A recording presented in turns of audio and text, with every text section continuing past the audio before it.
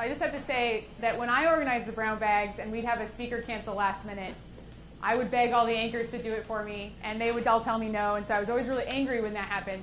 So when Danny came around and said, hey, we don't have a speaker for next week, I couldn't exactly turn her down because I remember what it was like. You did not cancel last minute. No, we had an open spot. But this is appropriate because I've been wanting to tell this story for a while, and this gives me the opportunity to do it. So today I'm going to be talking about Gangplank Magic and me. We're doing a little Sesame Street journey through how Gangplank has affected my life. So before I get into all the fun stuff, I do want to say that there's been a number of things that have influenced and dramatically changed my life. I'm originally from Chicago. I grew up in the suburbs of Chicago. I grew up in a wealthy suburb of Chicago. And all through high school, I was incredibly, I don't want to say I was shy, because I believe shyness wasn't the term for it. I was very introverted. I was part of the group that kind of ran the school without actually having to be in front of anybody. So we weren't on student council. We weren't like doing any of that, but the principal knew us and would always ask us for advice. So it's always been my thing to be a leader that's behind the scenes. I've never been the person that's ever been out in front. In high school, I was a youth group leader. I was very heavily religious. I was very quiet, very respectful. And then I went to college. And I went to college in the heart of the city, in the heart of Chicago, and I had to adapt. And so the change that happened to me from high school to college was incredibly dramatic. And I think that that really set the stage for me being able to be in front of you today. So while Gangplank has changed my life in more ways than I can number, it's part of a journey, and it started with changes that have happened before. So if I hadn't gone through that experience in high school and college, I don't think I'd be standing up in front of you as the Global Operations Director for Gangplank. So now let's talk about Gangplank. So this was me the first day on the job, June 7th, 2010. So I had put out how many of you guys have heard of HARO.com, helpareporterout.com? So back in the day, I was trying to build my reputation, so I was on HARO a lot, and I responded to an AP article asking of people who were changing their jobs in a down economy, like, ooh, people are leaving their jobs. This is an incredible news story. So I'm like, okay, well, I'm leaving my job. I'll respond. So they ended up coming and doing a story on me on my very first day at the job. So that was fun, getting to have everybody make fun of me for having my picture taken and having a reporter interviewing me. So Integrum teased me relentlessly for weeks about that. I ended up with a Dork of the Month stand on my very first day. So that was a little intimidating. So, and then this is me 2.5 years in. So this was actually taken a couple months ago before I chopped off all my hair. So what do you see as the differences, other than I'm incredibly pale in picture number 2? Better body language, for sure. Better body language? Not a whole lot, though, right? I mean, I'm pretty much the same person on the outside that I was on the inside. I didn't go and get crazy tattooed. I'm not wearing a mohawk. Got married. I did get married. What I kind of wanted to illustrate here is that Gangplank hasn't changed a whole lot of me on the outside. I'm more confident, but a lot of what Gangplank has done for me has been something that a lot of people haven't seen. And so that's kind of the stuff I want to talk about today, is the stuff that you haven't been able to see me grow over the last 2.5 years. And some of you guys haven't even been here for the full time that I've been in this job. So I want to share a little bit about that. So how this journey started with my husband, Phoenix Comic-Con, and being really intimidated of Derek Neighbors. That's basically how this got started. So I was volunteering for Phoenix Comic-Con. How many people know about Phoenix Comic-Con? So awesome. It's a great event. It draws like 20,000 people now. At the time, it was only like 7,000 people. They weren't even in the convention center yet. And I was volunteering for them. Really loved volunteering. Hated working for Phoenix Comic-Con. They had 110 volunteer coordinators. It was insane trying to do communication. And I really liked helping the community and being involved in the community, but this was not the organization I wanted to do it with.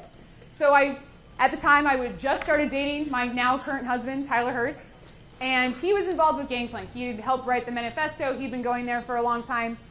And so I had never been, not once. And so he's like, well, if you're interested, why don't you talk to Derek Neighbors? I'm like, I'm not talking to Derek Neighbors. I don't know Derek Neighbors. He's scary.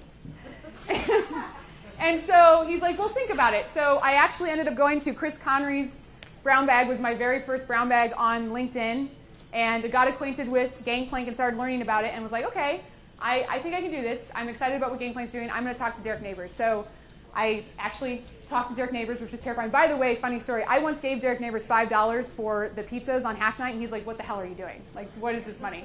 So anyway, I asked Derek, I said, do you need any help? He's like, absolutely, do the brown bags. So I started volunteering at Gangplank with running the brown bags, and that's how I got my start at Gangplank. So I did that for 3 months, and yeah, brown bags are a great way in. No, I'm kidding.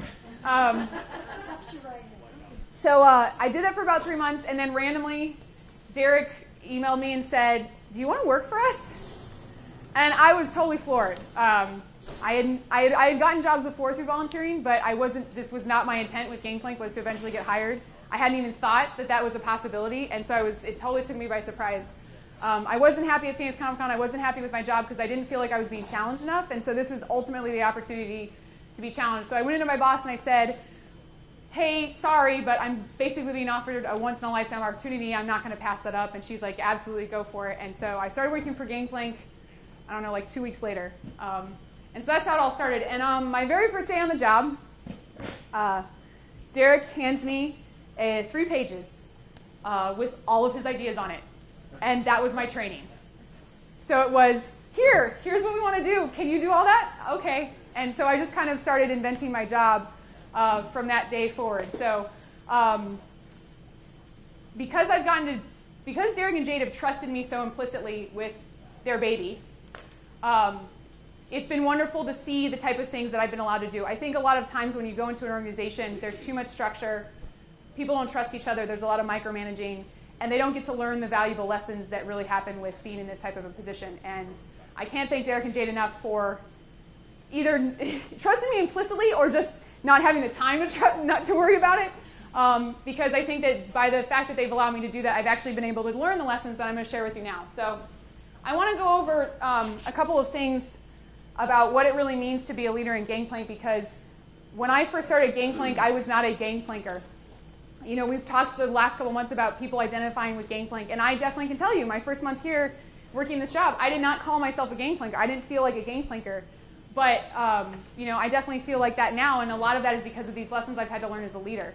So the first lesson I had to learn, and I had to learn it quickly as a leader, was team building. So as you guys all know, Derek and Jade are the co-founders of Gangplank. In addition to that, there were anchors that were in part of the leadership process. Chuck was one of the early, he was in charge of a lot of our initiatives at the beginning. Josh Strebel was on that committee. So I was coming in 3 years into the organization. So, and Derek and Jade had worked together like, what, 10 years before I even came around? For you guys worked together forever. So here I am, like the only female, and not knowing anything about the organization, literally having started coming to Gangplank a month before. And here I am in a room with 5 guys that have been doing this for a while, and are like, you know, they all are friends. It's like, okay. So how do I do that? And so my first thing was to, you know, part of team building is learning where you fit in the niche of things, not taking things over, but realizing what everybody's strengths are. And so it took me about a year to really understand the strengths of the team I was on. And so Derek is the visionary with that big idea. I mean, you guys got to hear him talk last week. That big idea, that inspiration, like every time I hear Derek talk, I get re-inspired in my job. So he's the one that gives all the ideas. Jade's the cautionary one who makes sure that we're doing it for the why. So he always has this piece of wisdom that gets you to stop and think about what you're doing. And then I'm the doer. So on the team, it actually works out really well because we each have skills that are able to complement each other. But that didn't happen right away. I had to figure that out over time. So when you're talking about being a leader in Gangplank and wanting to be on initiatives and wanting to contribute, think about what are the teams that are already in place and how you can add to that team. So we've got the brown bags, like with Danny, and Danny and Jay actually complement each other very well in their skill set. So when you think about how you can get involved in Gangplank, that's definitely the first lesson is where can your skills fit within and how can you work with the teams that are in place. And so I think, who made this? Was this Ita? Yeah, so Ita made this, so thank you, Ita, for the wonderful picture. And it's so appropriate on Talk Like a Pirate Day. So my second lesson I had to learn fairly quickly, and this kind of goes along with team building, is I had to own it. So I'm not used to being the person in the room. Like I told you before, in high school, I was the one who was the behind-the-scenes person. I was the one making decisions, but no one ever saw me do it, so it was okay. Now all of a sudden I'm in a place where we don't have any walls, everybody knows everybody's business, and now I have to be the decision maker in the room. So one of the lessons I had to learn was when you don't know what you're talking about, either own up to it, or you have to make a decision on what the information you have is. That was really hard for me because I can tell you, out of the people in this room, I'm probably the one that is the most like, I need to have every bit of factual information first before I can ever make a decision. And so the first thing I had to learn was you're going to have to make a correct decision, but you're going to have to own up to it if it's wrong. So that was the lesson. But also, I had to teach myself how to walk into a room and be confident in my ability to be in that room. So when I first started, there were only 7 anchors. Within a year, we were up to 12. And all of those men, and I'm still saying this as I was the only woman, all of those men would go into a back room, and I would be the one leading the meeting. And that was absolutely terrifying. I would go into these meetings and be like, oh my God, like nervous, sweating. I would sweat a lot in the meetings. And so I had to learn to, these guys are in this room, the people in this room are actually trusting me to be a leader in that room. And I need to own up to that. I need to be able to trust that they're trusting me. And that was really powerful once I took that into account. Like, I literally was sitting in a meeting one day, and all of a sudden I'm like, oh my God, everyone's listening to what I say. Woo! It was like a big jolt of energy, and I finally realized that as long as you realize that people are trusting you, and you like these are smart guys, if they're willing to trust me, then I must be worthy of that. So there's a lot about leadership where you have to believe in the people that are believing in you. So that's been really helpful because, you guys have gone into the outside world. Gangplank's bar is here. Okay? When you go into the normal world, it's here. So every time I walk into this room and I'm meeting that bar, I am doing 10 times better than anywhere else in the world. So, if the people in here are trusting me to be here and that's where I'm reaching, then I'm okay. And I can trust myself and have enough confidence in myself to be here. So for you guys being involved in Gangplank, we're all a part of this community. We build relationships with each other. Think about that. When you're interacting with people and they're trusting you by asking you personal questions about their business or asking you, very vulnerable questions about what's going on in their life, they're trusting you to be that authority for them. So take ownership of that and realize how powerful that is. Like Carol, I've really seen step up in the last couple of months. She was nominated last month for Gangplanker of the Month. Congratulations. Still need to get you your swag, by the way. But I think, you have really trusted in the confidence of other people. And I think once you hit that stride, you're like, I'm going to go for it. Now she's leading WordCamp Phoenix. She's leading the largest WordCamp group in the state and blah, blah, blah. So that was what it was like for me is when you really can trust that the people around you are smart and they believe in you, that now you have really achieved that excellence and you can own it. So the third one I have, and I wish you could see these pictures. This is Jade and I trying to set up IKEA furniture. We've had to learn that lesson quite a few times. But one of the most important lessons I've learned is that you can't stop learning. I don't seem to have a problem with being very humble about what I know. I came in here very willing and open to learn. So it wasn't necessarily that I didn't have a problem asking for help. It's making sure I'm asking the right help. I'm asking the right questions. Because as a leader, you have to learn some things on your own. You can't always rely on the crutch of other people. But you also have to be open to what people can teach you. So it's been really incredible over the last 2 years to have this dual role of being the authority and being the leader, but also being the person that other people can teach. It's been really awesome to see, I'm trying to think of an example, whenever I have interns. So I've had 3 design interns, and then I have Trish right now.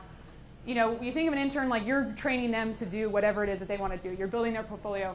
But every intern I've had has always been able to teach me something.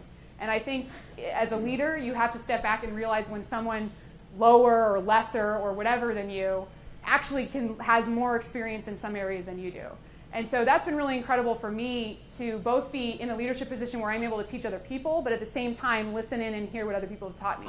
I mean, Chuck is probably my longest teacher. From day one, he's been teaching me how to use WordPress. He took off the visual, so I had to learn HTML in order to be able to do the website. Connery's battled with me on how to use the projector, which I still don't really know how to do. Sorry, that's going to be one I just can't learn. Bad teacher. It's been incredible to be able to learn as much as I have. I mean, when I go into organizations and they're like, well, what's your role? I'm like, what isn't my role? Like, I've gotten to do literally everything possible to teach myself. I learned video production. I've learned podcasting. I've learned public speaking. I've learned, Agile and Scrum and all these different things. Like, I literally can't think of one thing I haven't learned being a part of Gangplank. And so for you guys, how you're going to be involved in Gangplank, we're always saying this is a place to learn and to be humble and be able to grow from each other. I just really encourage you, what haven't you learned? I mean, go to somebody and say, what's your skill set? What can you teach me?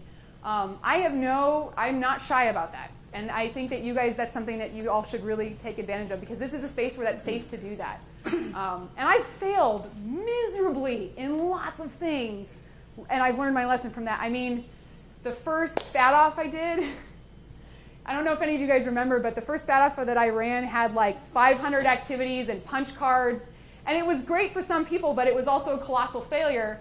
And what's wonderful from that is that nobody was like, oh God, you suck, because that was literally like the first thing I did for Gangplank. Derek and Jane weren't, okay, you're done, we don't want you anymore. It was, okay, well now we're going to do this next year, how are we going to change it? So constantly learning from not only your failures, and take advantage of the environment that you're in. I'm going through this really fast. I actually had a woman this morning start having a hot flash because she said I was talking too fast to her. So I've never had that effect on a woman before. Who runs the Gangplank Mom account? That one's going on there. We all know the effect you've had on us. Because you're married now. Such a libido killer, right? Okay. Lesson number 4.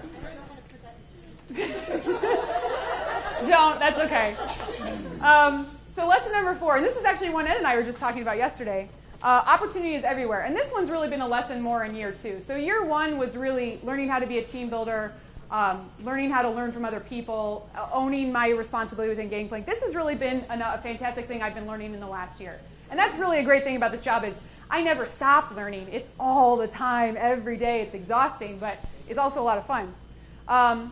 So we talk about in Gangplank, and that's why I titled this presentation Gangplank Magic and Me. We talk about that magic, that serendipity that happens in this space. And I've seen it, but I didn't really start believing it until this last year. There were lots of weird fluke things that happened in my first year on the job. Like, we wanted to start more health-oriented stuff, and I met a yoga instructor like that day. Or I needed somebody to help out with the Gangplank Junior event, and that person would walk in, and I'd be introduced like that day. And it's like, wow, this is weird, but it's flukes, right? It's not. This doesn't really happen all the time. And it wasn't until this last year when Derek and Jada trusted me to do more strategic partnership and relationship building that I've walked into meetings with a different mindset. So when you think about traditional meetings, you walk into a meeting and your first thing is, okay, I want this out of this meeting, here's the agenda, and I'm going to walk away with these next steps. That's what you walk into a meeting with, right? That makes meetings very efficient, but it doesn't allow for those weird, quirky things to happen. And so over the last year, I've really embraced, I'm going to walk into this meeting, and even if it's the most pointless meeting on earth, like I'm literally just vetting this person to make sure they're not crazy, there's a potential opportunity there somewhere. And it became a game of where can I find the opportunity in this meeting? And because I've approached meetings now with that mindset, it's been incredible to see the amount of opportunities Gangplank has in the community. So what I would encourage you to do is try to erase those judgments that you walk into a meeting with. I mean, don't get me wrong, I hate meetings. Everybody hates meetings, right? Like they can be a time drag, you try to avoid them, but if you walk into it with the mindset of, I'm going to find the opportunity in here no matter what, you end up listening harder to what the person is saying, you end up engaging them and asking more questions, and you walk away feeling more productive at the end of the meeting. And I mean, I've had the weirdest things come out of opportunity meetings. I'm trying to think of I had one this morning with the woman with the hot flash. That was weird, but that wasn't the opportunity that came out of it. But who knows? But I mean, a lot of people relate Gangplank to a religion, and I think in some ways we are, but in the way that we're most like a religion is that there is this magic, and you have to believe it's there, and you'll witness it, and you just have to trust that it's going to happen. Like, one of the things that we talk about with initiatives is that they just sort of come and go as they need to. Kind of like Mary Poppins or Peter Pan. A lot of ththings that happen in Gangplank kind of come and go as they need. The community rises up because we need that thing to happen, and then it goes away when it's no longer needed. And so I think that there's that trust that you need to have that the community is going to come through when you need it. I mean, we've had a tremendous ASU party that birthed through that got 100 students in here, and out of that party, we got Keith, who was doing OnVard, and has been a tremendous inspiration for a lot of students on how they can do their startup. And he's led the charge to have more students involved in ASU. So out of one party, we get this one incredible individual to our community. That was the opportunity that was there. Or out of Craft Hack, where Eileen Kane's been coming to Gangplank for 2 years. She finally found the thing she could connect with, and now we had the Arizona Republic here this week covering Craft Hack and a whole bunch of women in crafting. So way to go, Eileen. So just look. You don't even have to look for it. It's just there. So just be open to it. I mean, Derek's always talking all the time. Just be open to it. So it's like the wind. It moves around in Gangplank, and you just have to take advantage of it when it's there. Wow. I'm getting really philosophical. I apologize. But there's so much about this job that's very philosophical. So I did want to leave you with, I have not got it all figured out at all. And so I want to make sure that I talked a little bit about what my struggles have been in this organization. So just like I said earlier, I'm a very process-oriented person, structure. And so because of that, I tend to get very caught up in the details. When we want to do a big initiative, I get caught up in the who's going to do it, how much, where's the money going to come from, what are the dates, do we have the space, how many chairs do I need, are we going to have enough power strips? Like, that's the kind of stuff I think about because that's what my mind is best at. And this organization has really challenged me to think about what's the bigger picture. We had this amazing community meeting, what was it, 2 weeks ago now? I don't remember.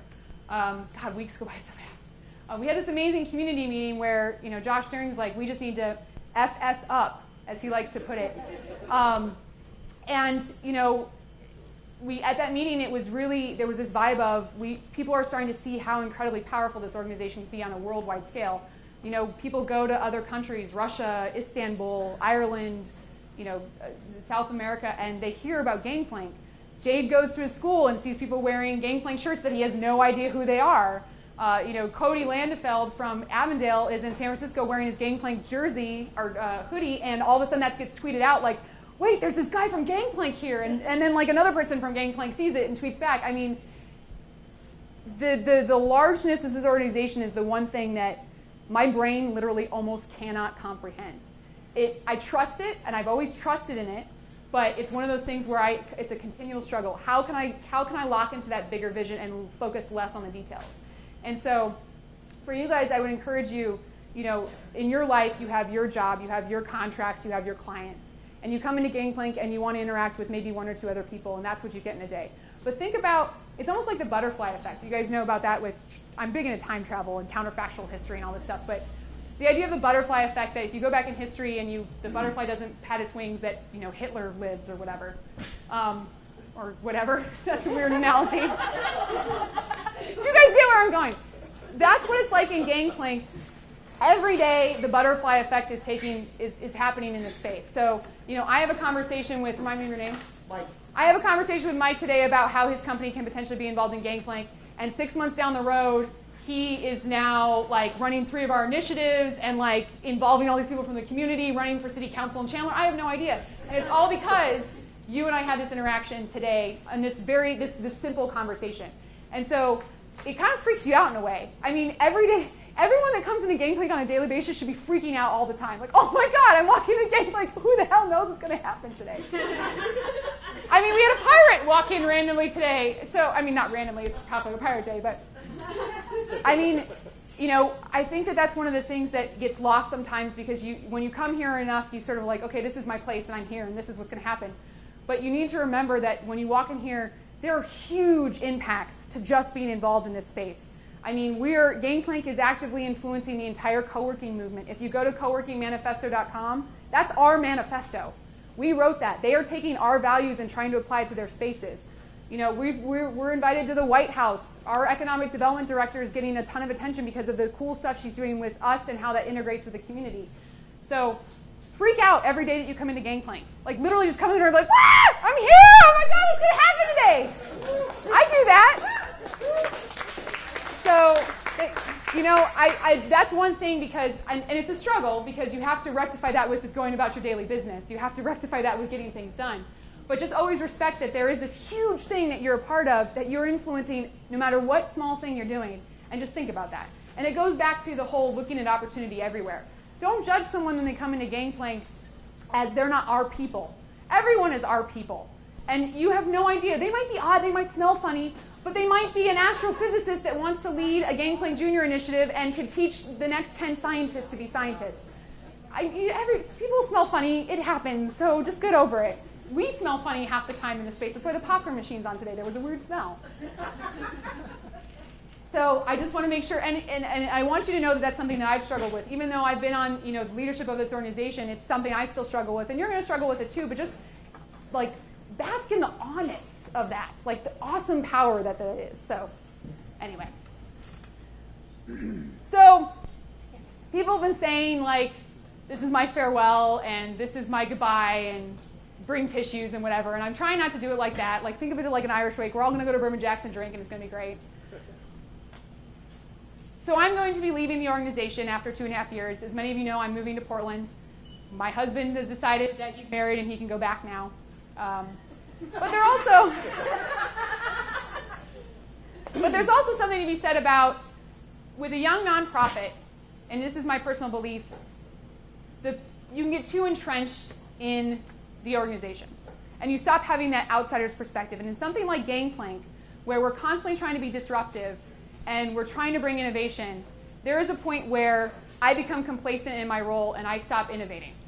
And I think it's time that the organization experience that next level of leadership, that person who can take Gangplank into the next iteration. In my 2.5 years, we have expanded initiatives, we've expanded into the number of anchors, we've expanded locations. I mean, that's an incredible resume builder for me. I am not walking away from Gangplank in any way unhappy with what I've accomplished. I mean, to be given this opportunity at my age, like I don't know how many of you guys go to nonprofit conferences, but most of the people that are having the opportunities I have are 3 times, well not 3 times, that's like 90, but they're 20 years older than me. And so the fact that I was given this tremendous opportunity and trust at my age is just, I respect that. But at the same time, I think that, there's new blood that needs to come in and needs to be taken into the next part. Gangplank has totally changed since I came on. Gangplank's changed since it first started. So what's that next change going to look like, and how is that leadership going to change? And the other thing is I have to consistently be challenging myself. I can't be in the safe place. And Gangplank has always been a safe place for me, but there's a point where I need to follow the Gangplank principle of let's be dangerous. And I want to continue to bring that dangerosity, that's what I'm going to call it, to another location. And what's great about where I'm going is that they're very open to that type of opportunity. I'm going to a place where the Gangplank values are sort of already kind of there, and there's a lot of opportunity there to build that. So the one thing I wanted to say today, and make sure that that is the thing that I leave you with, and what's beautiful about Gangplank is I'm never going to leave Gangplank. I might leave the physical Chandler space. Sure, and I've been doing that for a couple of months now, and you guys have been awesome doing, running the place, taking things over, being awesome. So I might not be physically in the Chandler space. But what's beautiful about Gangplank is it is a set of values and it's a philosophy you can take with you wherever you go. So I'm going to go to Portland. I'm not going to be here every day, but we have a chat room, we have this great social media, and I'm going to be involved with Gangplank from afar. I can still volunteer from afar, and that's the other thing that we talk about here with Nancy and with Eric Skedler, and you don't have to physically be here on a daily basis to be involved in Gangplank.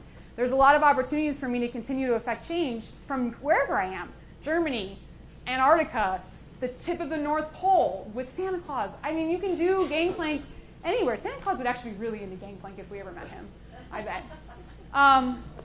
But that, I'm really excited because there's a lot of things I can do now without the pressure of it being my job. I'm really excited to continue writing the case studies and collecting that metric data about Gangplank, to continue to help find funding and connect people from Portland down here or from wherever I travel. Getting to be a part of Startup Weekend has been great too, to connect people from various Startup Weekends back to the Gangplank movement. I'm a Gangplanker. Absolutely, through and through, and I will always be a Gangplanker. This has become a part of my life, and I cannot change that, ever. I won't get it tattooed on me like Ben or Jennifer Lindley, God bless them, but it is inside me and it will always be inside me. So my question to you today, and the challenge I'm bringing to you, is are you? And how are you going to do that? How are you going to make that identification a piece of you? All of the lessons I've taught you today are not because I was the director of global operations. Those are lessons that Gangplank taught me because Gangplank is about leadership and about building you into the best human you can be. So you don't have to be the director of global operations. You don't have to be Derek Neighbors. You don't have to be Jade Meskill to develop your leadership skills. All of those things are things I learned from all of you. So are you a Gangplanker? And how are you going to make that important in a piece of your life? And they did that all without crying. See? I told you, no tears today. No tears today, but there will be drinking later. Nice. So, yes, and I did it in a half hour. Perfect. So I wanted to open this up to questions you guys might have had about what else I've learned, because there's like a lot more I learned that I just couldn't remember because it's been a long 2.5 years. Or things you're excited about, ideas you have for the organization that you'd love to see move forward. What do you guys got for me? Yes, Jay. What's the biggest change or transformation you've experienced in either a person here or? Oh my gosh. Okay, this is a long list. So, big change I've seen is Derek. When Derek and I first met, I was terrified. You missed this part. I talked about how intimidated I was of you and how it took me a long time to be able to email you. But a big change with Derek is when I first met Derek, Derek was about carrying pitchforks and about breaking things down. But now that Gangplank has become so much more of a force for community change, Derek has really stepped up to be this like global international visionary, more so than just Chandler. And so I think that's been a huge change because it's changed your language. I mean, not like the swearing. That's going to always be there. But like, I every time that I hear Derek speak, I try to take video of it and post it because every time it's different and every time it just gets you like, you want to pee your pants. You're so excited. And so, although that wouldn't have been appropriate at the Government Economic Development Conference, I don't think they would have gone for that. But, and so I think that's been a huge change, is just seeing Derek step up from being just about Chandler to being, this is a global movement. Eileen Kane, where'd she go? Eileen has been a huge change in the last, we had a whole conversation where she's like, I don't know if I can do this. I'm like, absolutely, you can do this. You are an artist, and I don't care if you are an artist by profession or by degree, you can do this. And look at Craft Hack, it's exploding, and you're on the Arizona Republic, and you've got great publicity. Can you get some of me that? I want some of that. Whoever does your PR, send them to me. Biggest change in the way of the actual physical space. When I was coming to Gangplank, we had just the amount of drop-in, just the amount of people that are coming in just every once in a while. I mean, we had a pretty regular population when I first started, and now it's, there's a new face every single day. And that's pretty cool. Other big changes. Everybody said babies. What about companies? One of the things people don't realize is that while 40 is going to be our first official graduation where they're leaving us in order to be able to grow, we've had several companies that have come through Gangplank and left us, and I feel like those are kind of the untold stories, and you guys never got a chance to get to meet them. Like we had Brand Adoption, which came on board in December of 2010. They were actually one of the first anchor companies I helped bring in. And those guys were all about this company, and their company ended up getting sold, and then they had to move to different places to get jobs. But they were all about Gangplank and about helping out. And I love seeing these kind of people that have come in and out of our lives over the course of time, and seeing how they've impacted the space. I mean, we had a video team here at one point. And what I love about this story is we had a guy who wanted to start a video studio here a year and a half ago, or almost 2 years ago. And he came in and he kind of was here, and then he just disappeared. And it was really, I was heartbroken because I was like, oh my God, video, we really need that. But it's one of those things. It was this weird precursor. If that hadn't happened, would we have ever found Ita or Eric? It's one of those weird things Derek and I and Jade talk about this all the time. We'll lose some opportunity. Some grant won't go through, or some location won't happen. And yet, 3 months down the line, something else comes along. So we've gotten to the point where we're just going to sit back. We're just going to wait and see what happens. And I think that's the biggest change I've seen is that, when I first came to Gangplank, we were fighting, scrappy. We were trying to find our place in the world. And now we're the big dog. And people want to listen to us. And we have a huge impact there. And we can stand back and say, you know what, this isn't the time. We're good. And wait for the next opportunity to come along. And I think that's been a huge change, because before it was, kind of waiting to see what would come to, or, grabbing at things that whatever we could find. And now it's really, we're in a place where we're having the impact that we can wait to see what's going to happen. And you see that a lot happening with grants in Phoenix and all this different stuff of let's see what the potential is, and we can wait and find the right opportunity. Yeah. How has this the philosophy of Gangplank, have you changed the communities? Have you seen it? Are people starting to buy into it? I think the biggest change in the community-wise is, and I'm going to go back to this, is that we have more women involved. Gangplank had this sort of mentality of being like heads down coders, very male-dominated environment. And I don't think it was ever meant to be that forever. It was just that was how it started. But Chandler has really developed to be this very broad, very diverse community now. We have more women, but in addition, we have more writers. We have videographers. We have artists. We have, Jeremy who's illustrating. So I think the diversity of the community has changed. Philosophy-wise, not really. I mean, when I think about... They bought into the kind of collective type of idea of getting things done. I mean, one of the things that you just tweeted about it today is the philosophy was at first was more about having to convince people. Now people are buying into it and doing their own thing with it. Like we came in today. Well, not Derek, Jade, myself haven't been here. We just haven't been in the space.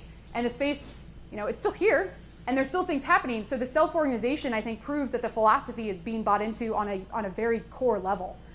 People aren't waiting to get permission, which drives me crazy, but that's just me.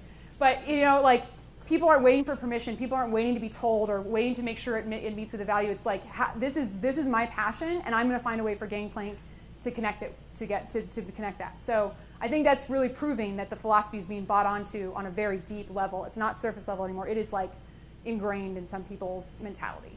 And I think that's the proof right there, is that things are happening without anybody having to approve it or having to be in a committee or having to vote. Has been really key. And that's been a huge change too, because a lot of the original programming and initiatives were headed by a very key group of people, and now it's so spread out. I mean, I think the day when it became very real for me was when I walked into Gangplank and someone was like, "What's going on tonight?" I'm like, I have no idea. Not a clue. Yeah. Jade experienced this a little bit earlier than the rest of us, but and then Ed asked me yesterday, he's like, "Do you know where this is?" I'm like, "Nope, I have no idea." And I think that was the ultimate thing for me, is like, I don't have to do, seriously, it's like, I feel like Mary Poppins right now. I was here, and now I don't need to be here anymore, and it's just awesome, to see that happening, and I applaud all of you for making that possible, because I don't think that would have been possible 2 years ago, 3 years ago. So, yes, Jay. Katie, what would you say are the top 3 opportunities for Gangplank? World domination. Running our own government. No, I'm kidding. World domination is actually a very real one. And I think that's something I want you guys to grapple with, is we can actually dominate the world probably in the next 5 to 10 years. It's incredible to think like that, but it's true. So world domination is no longer that really could happen. So world domination. Next biggest opportunity is building a new group of leaders. I think the way that Gangplank, and I just showed it with how they built me into a leader, I think the way that Gangplank builds leaders is something that's not just I get a certificate and now all of a sudden I'm a leader. The way that Gangplank has the potential to build leaders are people that are going to run for city council, are going to be in having conversations with their economic development offices. The types of leaders that Gangplank can build are people that can affect not just one field but all fields. Because they see collaboration as not something that's going to happen between 2 complementary things, but things that are going to happen between 2 incredibly radical ideas. So I think that's another opportunity, is just that Gangplank can build the next, we haven't even thought of it yet, but the next generation of whatever leaders are. I think the third opportunity is that there's no longer Gangplank spaces. The philosophy literally exists in every company at every level. I think there's always going to be a need for Gangplank's physical spaces, but that, when you look at what Derek and Jade are doing with companies like Intel and Pearson, and us getting approached by different entities to bring that philosophy into their companies, I think we're talking about the possibility of Gangplank really being a movement on a idea scale, and not there has to be a space in that area. And that's incredibly exciting, because spaces come with their own problems and their own, and when you get to that idea phase of we're just going to really impact people's paradigms, there's more opportunity there. So I think those are really the 3 big ones I see. Other questions? I feel like I'm being very smart today. I've had a really awkward week, so I'm just going to put this out there. I started off the week with these really awkward conversations, and I never quite hit my stride, and I was terrified that I was going to come into this conversation and just be like, Gangplank is great, yay! And so I'm glad that this morning, I think the woman with that was having menopause really helped me get confident for my talk today. If I can have that effect in a person, I can give a presentation, right? So anyway. So I will be leaving at the end of October. That's when we actually are physically moving. I'm gone for the next 20 days, so I'm not actually going to physically be in this space a whole lot. This will be my last brown bag. So I'll be around, and like I said, I'm not really leaving in a lot of respects. I mean, Arizona is still someplace I'm going to want to come because I really, and I mean Chandler especially. If you guys don't live in Chandler, you should move here. My apartment's available. Because, and you know, that's in addition to leaving Gangplank, I think one of the hardest things is going to be leaving Chandler because not only because they've been so supportive of these new ideas, but we just have such a vivacious community here. And it took me 5 years to finally find the community I wanted to be a part of. And so, you know, if you don't live here, you should move close to here. There's new apartments being built right across the street. Like, so just, you know, yeah. What are the top characteristics you'd like to see in the next director of operations? The next director of global operations, what characteristics? Hopefully somebody that can be funny on purpose. Because I know as entertaining as it's been for everybody else that I'm not funny on purpose. You know, it's hard. It's been hard on me. No, I'm kidding. So yeah, somebody who has a good sense of humor for sure. I think that's absolutely something you need for this job. I think someone who doesn't get emotional as much as I do. I think one of my struggles is that I get very attached to my work. I'm very passionate about my work, and so when things don't always go my way, I tend to get a little, you know, angry. And only a few people in here have really seen my temper, thank God. But I think the next director of operations I'd love to see be, you know, a good mix of being emotional and knowing when to be emotional, but also very pragmatic and very level-headed. I think at times that's been to my fault. Obviously, able to work with Derek and Jade, that's a key. Knowing putting up with it. Derek's wife is always saying that I can't believe you put up with Derek this long. I'm like, it's not really that big of a deal. He's also gone a lot, so that helps. That's what she says. No, but I think, I mean, in all seriousness, I think being that good complement, like I talked about at the beginning of the conversation, you know, realizing that Derek and Jade have very awesome skill sets and knowing where you can add to that, I think is going to be key. So obviously someone who can find it, who knows and is confident in their own skill set and then can find a way to fit that in. I'm trying to think what else. Someone who's really energetic. You know, walking into this space is hard for a lot of people. And so being the person who doesn't care about looking like an idiot, I think you really, okay, that's really what it is. You have to not be afraid of looking like an idiot. That's really the key to this job because I look like an idiot all the time, and I'm like, okay, it's great. So yeah, not having any issue with being an idiot would be a great characteristic. So, other questions? Yes, Ed. So what does Portland look like for you all, and how do we help? And is there going to be Gangplank Portland opening up soon? Yes. So I have already met with economic development up there. I've met with the majority of spaces that are already in existence. They do not have anything like Gangplank up there. The closest thing they have is collective agency, which is actually a democracy. So people pay, but then every paying member gets to vote, which is the first. I've never seen a model like that. But all of the spaces up there are like, hell yes, we want a Gangplank. Because one, there's no event space. None of the spaces specialize in programming. And so obviously that's a big staple of Gangplank is we want to contribute back to the community through programming. So I've got basically blessings from all the spaces, and the economic development's really interested. They're developing the east side of the river. If you guys are familiar with Portland, like I'm familiar with it, there's a big river down the center, and the city's split in two. And on the east side of the river, which is sort of the creative hub, Portland's kind of split. There's the Pearl District, which is where all of the startups are. But the problem is that's like being in the middle of Chicago. The real estate's really high, and they don't have anywhere to develop and build talent. Whereas the east side of the river is more like Gangplank. It's artistic, it's creative, there's a lot of diverse groups and mix of people, so it's the perfect fodder area for those companies to move into and to really thrive. And they're basically developing the east side of the river. They're building out warehouses, and they're very awesome warehouses. So they've talked about, and this would not be probably for another year, but they've talked about putting Gangplank into one of those warehouse spaces, which would be really cool. So there is the potential for a Gangplank Portland. I have to find a day job that will allow me to run a Gangplank at the same time. So everybody keeps telling me to start a business, and I know that's what you're supposed to do, but I'm really nervous about that, so I'm not quite sure. I mean, the plan is that hopefully I can find something that will allow me to be a director of an individual location again and still be a part of it. So So if you were to start a business, what would it be and how do we help with that? So, honestly, like, Making t-shirts. yes, I can cut up t-shirts. Is there an Etsy shop that I can get on? I'm still, like, there's been a lot of introspective learning and growing over the last several weeks. What I would really like to do is continue to do community building.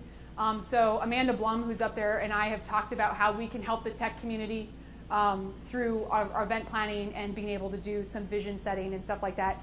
I'm not really a startup person. I'm a startup groupie.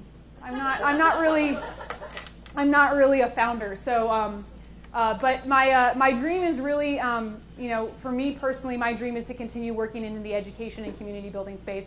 I have a passion for nonprofits, and Gangplank has let me play in a lot of those areas. I've gotten to do Gangplank Junior. I've gotten to help run the nonprofit, learn how a 501c3 works.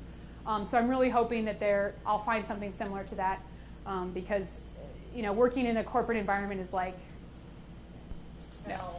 It's scary. Like, when I talk about Gangplank setting the bar here, I don't ever want to be in a place that's here. And so that's one of the things is, being able to find another place that has this high bar of excellence that will continue to push me beyond what I'm comfortable with. So that's really what I'd like to find, and I think that won't be too much of an issue.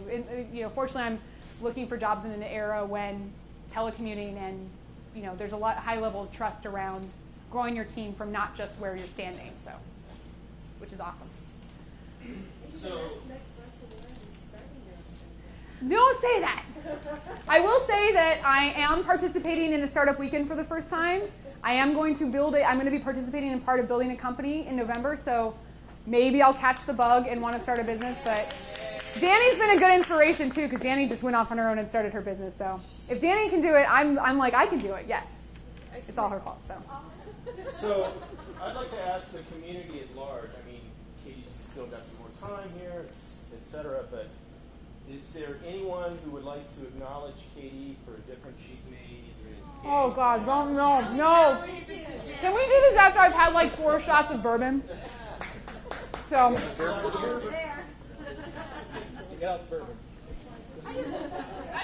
I think in your role, it would have been really easy to become slave to the anchors, slave to the founders. Do you know what I mean? Like, and have that. And I think you've always. Yes, thank you.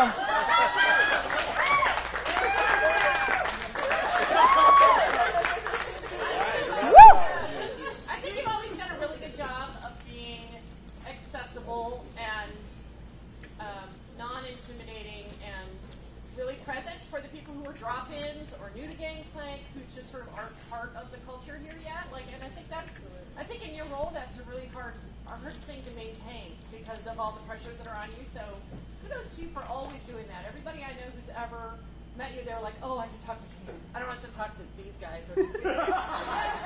What's so funny is Derek is really a giant teddy bear. Everyone should just give him hugs when he comes back. But seriously, he loves it. Anyway, I mean, that's a hard balance to keep, and I think you've always done it. Thank you.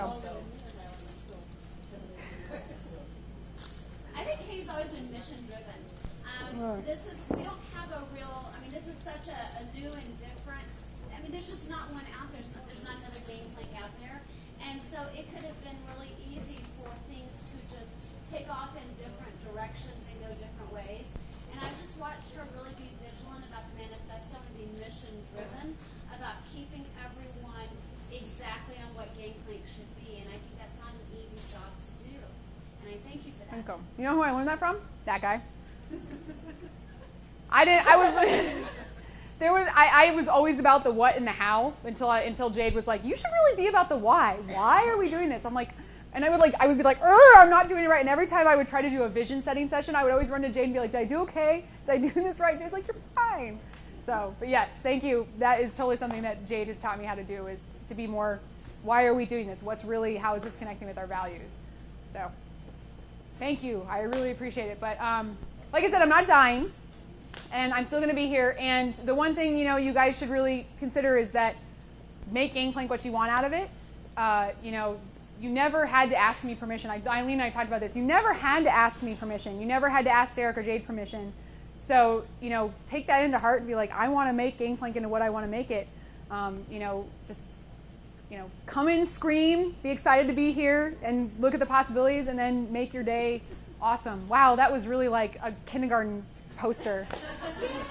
Yay, but thank you, you guys. I couldn't have been the person I am without Gangplank, and I have loved every minute of the last 2.5 years, and I'm excited to see where the organization goes. And now I get to watch it, like you guys are watching it, so I don't actually have to be the person in charge of it anymore, so that's really fun.